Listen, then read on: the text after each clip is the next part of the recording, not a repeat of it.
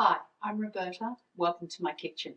And today we're going to be talking Vietnamese basics. And there's nothing more basic to Vietnamese cuisine than the sweet fish sauce that appears on every table. Nước Mam Chấm is my attempted pronunciation. I'm sure if you speak Vietnamese, you'll say it better than I do.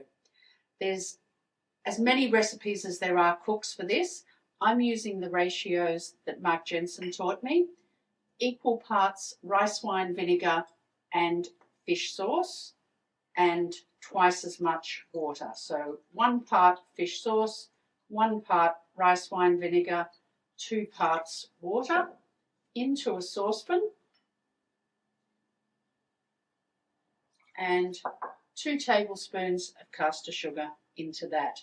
Now that's just going to go over a medium heat until the sugar's dissolved and it's just come to the boil, and then we'll take it off and set it aside to cool.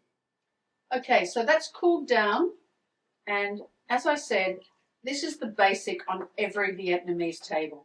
So it's worth making a big batch because that basic mixture of fish sauce, rice wine vinegar, water and sugar, once you've made that, that sits in the fridge for weeks.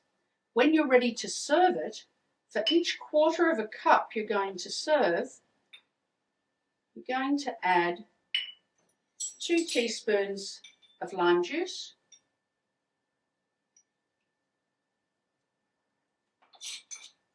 half a teaspoon of pickled chili, or less or more depending on your taste, and just a tiny pinch really of garlic. And that is our sweet fish sauce